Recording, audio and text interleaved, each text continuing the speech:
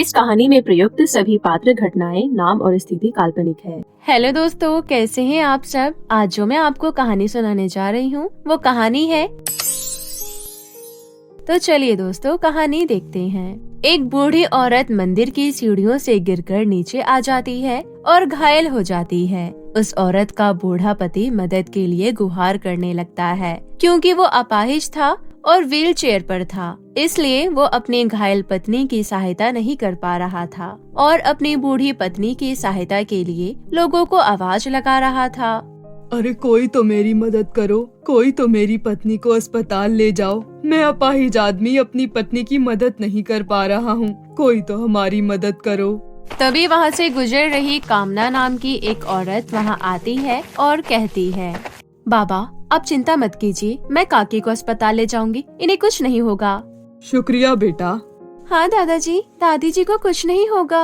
इसके बाद कामना और मीनू मिलकर उस बूढ़ा आदमी और औरत को अस्पताल ले जाते हैं और उस बूढ़ी औरत को अस्पताल में भर्ती करवा देते हैं। डॉक्टर उस बूढ़ी औरत के इलाज के लिए लाखों रुपए खर्च करने होंगे के बारे में बताते हैं। आप पैसों की चिंता मत कीजिए, जितने भी पैसे लगेंगे मैं दे दूंगी। ऐसा कहकर कामना पैसों से भरा बैग डॉक्टर को दे देती है। ऑपरेशन स्टार्ट हो जाता है और वो डॉक्टर उस बूढ़ी औरत को बचा लेते हैं। मुबारक हो अम्मा जी, बिल्कुल ठीक हैं। ऑपरेशन सक्सेसफुल रहा। वैसे आप मुझे कुछ जानी पहचानी सी लग रही हैं। आप तो पहले भी इस हॉस्पिटल में आई थी ना, पर उस समय तो आपके पास बिल्कुल भी पैसे नहीं थे। फिर आपके पास इतने सारे पैसे कहाँ से आ गए कि आप इस बूढ़े व्यक्ति की मदद कर रही हैं?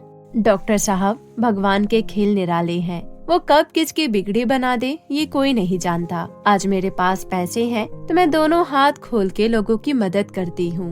तभी वो बूढ़ा आदमी कामना के पास आता है और कहता है, अरे बेटी, बहुत बहुत शुक्रिया। मैं तुम्हारा एहसान कैसे चुकाऊंगा, मुझे समझ नहीं आ रहा।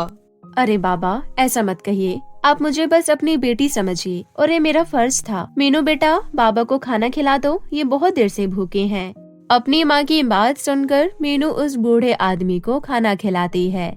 आखिर डॉक्टर ऐसा क्यों कह रहा था कि एक समय पर कामना के पास बिल्कुल भी पैसे नहीं थे और आज वो दोनों हाथों से मदद कर रही है। आखिर इस आधी अधूरी सच के पीछे सच्चाई क्या है, इसे जानने के लिए हमें कहानी में थोड़ा पीछे जाना पड़ेगा।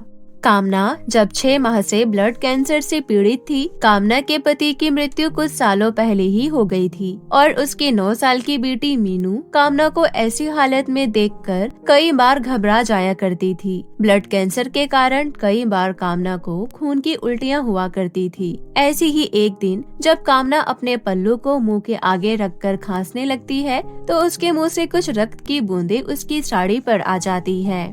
हे भगवान, बचा ले मुझे। ऐसी बीमारी देखकर मुझे मेरे बच्चे से दूर मत कर। अगर मैं नहीं रही तो मेरी बेटी को कौन संभालेगा?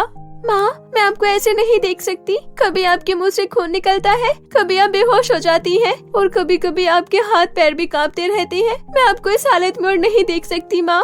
मैं जानती हूँ बेटा, पर ये बीमारी ऐसी है कि शायद मुझे एक दिन ले डूबेगी। माँ ऐसा मत कहिए, मैं आपके बिना नहीं रह सकती माँ। मेरी इस बीमारी का इलाज होना मुश्किल है और अगर इलाज है भी तो उसमें लाखों पैसे लगते हैं और इतने पैसे हमारे पास नहीं है। ऐसा कहकर कामना फिर से खून की उल्टी करने लगती है, जिसके बाद मीनू अपनी माँ को अस्पताल लेकर जाती है और वहाँ खड़े डॉक्टर से कहती है, डॉक्टर अंकल, मेरी मम्मी को देखो ना, इनकी तबीयत बहुत खराब रहती है। इन्हें बार बार खून की उल्टियाँ आती है और चक्कर भी आते हैं। प्लीज इन्हें ठीक कर दो ना, मैं अपनी माँ के बिना नहीं रह सकती। ऐसे ही इलाज नहीं होता। पहले तुम्हें यहाँ फॉर्म भरना होगा, उसके बाद कुछ टेस्ट होंगे। चलो, टेस्ट तो मैं फ्री में भी कर दूंगा, लेकिन इलाज के लिए तो पैसे लगेंगे। डॉक्टर अंकल, मेरी माँ ठीक तो हो जाएगी ना? वो तो मुझे टेस्ट करने के बाद ही पता चलेगा। इसके बाद डॉक्टर कामना की कुछ टेस्ट करता है और उसकी रिपोर्ट आने के बाद कहता है, देखो बेटा, तुम्हारी माँ के बचने के चांसेस तो हैं, पर उसके लिए उनका इलाज करना होगा और उनके इलाज में लगभग 25 लाख का खर्चा आएगा। प्राइवेट हॉस्पिटल है ना, इसलिए। पर तुम्हारी माँ बिल्कुल ठीक हो जाएगी। डॉक्टर साहब, आपने मेरा फ्री टेस्ट किया और इंजेक्शन लगवाकर मुझे थोड़ी राहत भी मिल गई। उसके लिए आपका बहुत बहुत शुक्रिया, पर हमारे पास इतने पैसे नहीं हैं। चल मीनू बेटा, घर चल। मीनू परेशान हो जाती है और फिर अपने आंसू छुपाकर एक शिव मंदिर में चली जाती है और वहाँ शिव की मूर्ति के आगे खड़ी होकर प्रार्थना करने लगती है। हे भगवान जी, हमारे पास इतने पैसे नहीं हैं कि माँ का इलाज हो पाए। मेरी माँ को बचा लो, कोई चमत्कार कर दो भगवान जी। तभी उस मूर्ति में से शिव जी एक बूढ़े आदमी के रूप में प्रकट होते हैं और मीनू को देखकर कहते हैं, बेटा आंखें खोलो, मेरे पास तुम्हारी समस्या का समाधान है। कैसा समाधान? मैं एक ऐसे रहस्य के बारे में जानता हूँ जिससे तुम्हारी माँ बिल्कुल ठीक हो सकती है। अच्छा, फिर तो मुझे जल्दी बता दीजिए, मुझे मेरी माँ को जल्दी से स्वस्थ करना है। बेटा, यहाँ से थोड़ी दूर एक पहाड़ी में से 3 जादुई झरने बहते हैं। एक झरना जिसमें सोने का पानी बहता है, दूसरा चमचमाता हीरे जैसा जिसमें हीरे का पानी बहता है, और तीसरा साधारण पानी। अगर तुम उन तीनों झरनों में से केवल साधारण पानी वाले झरने में से पानी लेकर अपनी माँ को पिला दोगी तो तुम्हारी माँ बिल्कुल ठीक हो जाएंगी। लेकिन तुम्हें वहाँ बिना लालच किए वो साधारण पानी लाना होगा। अगर तुमने लालच किया तो तुम्हारी माँ की जान भी जा सकती है। अब जाओ, आयुष्मान भव। ठीक है, मैं ऐसा ही करूँगी। आपका बहुत बहुत धन्यवाद। इसके बाद मीनू अपनी माँ को घर पर बैठाकर उस पहाड़ी की ओर चल पड़ती है। चलते चलते वो थक जाती है पर वो रुकती नहीं है और आखिरकार उन तीनों जादुई झरनों के पास पहुँच जाती है। वहाँ पहुँचकर सोने के जादुई झरने को देखकर मीनू सोचती है, अगर मैं इस सोने के जादुई झरने का पानी ले गई तो मैं इसे बेचकर अपनी माँ का अच्छे से इलाज करवा सकती हूँ। मीनू ये मन ही मन कह रही होती है कि तभी उसे उस बूढ़े व्यक्ति की बात याद आती है।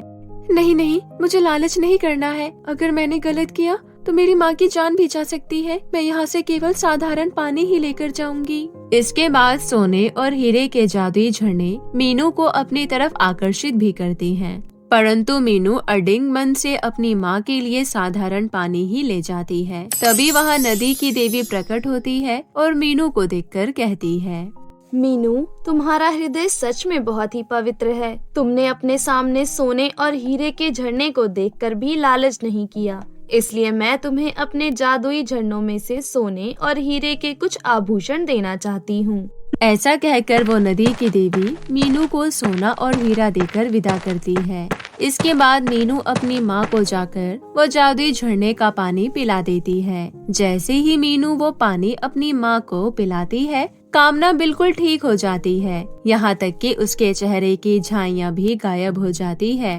तेरा बहुत बहुत धन्यवाद बेटी। लोग बेटी की कामना करते हैं, लेकिन तू तो मेरे लिए बेटों से बढ़कर है। पर तूने ये सब किया कैसे? और तेरे पास ये सोना, चांदी, हीरे जवाहरात कहाँ से आए? इसके बाद मीनू सारा घटनाक्रम अपनी माँ को बता देती है। बेटा, भगवान ने हमें एक बहुत ही बड़ा रहस्य दिया है, जिसे हम किसी को बताएंगे तो नहीं, पर उससे हम लोगों की मदद जरूर करेंगे। चल, हम चलकर मंदिर में लोगों की मदद करते हैं, उन्हें खाना बांटते हैं और फिर खुद खाना खाएंगे। ठीक है माँ। इसके बाद कामना और मीनू मिलकर सोने और हीरे को बेच देते हैं, जिससे उन्हें बहुत सारा पैसा मिलता है, जिससे वो मंदिर में भंडारा करवाते हैं, लोगों को कंबल बांटते हैं। तभी उन्हें एक बाबा के चिल्लाने की आवाज आती है, जो अपनी पत्नी की घायल अवस्था को देखकर लोगों की सहायता मांग रहे होते हैं। कामना उस बूढ़ी औरत और बाबा को अस्पताल पहुंचाती है और अपने उन्हीं पैसों से उस बूढ़ी औरत का इलाज करवाती है। वो बाबा कामना और मीनू को दुआएं देते हैं, जिसके बाद कामना और मीनू खाना खाने के लिए बाहर चले जाते हैं और अपना पेट भरते हैं। अब वो उन 3 जादुई झरनों की मदद से अपने ही नहीं बल्कि अपने जैसे और भी लोगों की भी मदद करने लगते हैं। तो मेरे प्यारे दोस्तों, अगर आपको हमारी ये कहानी अच्छी लगी हो तो हमारे चैनल विनी टीवी को अभी सब्सक्राइब कर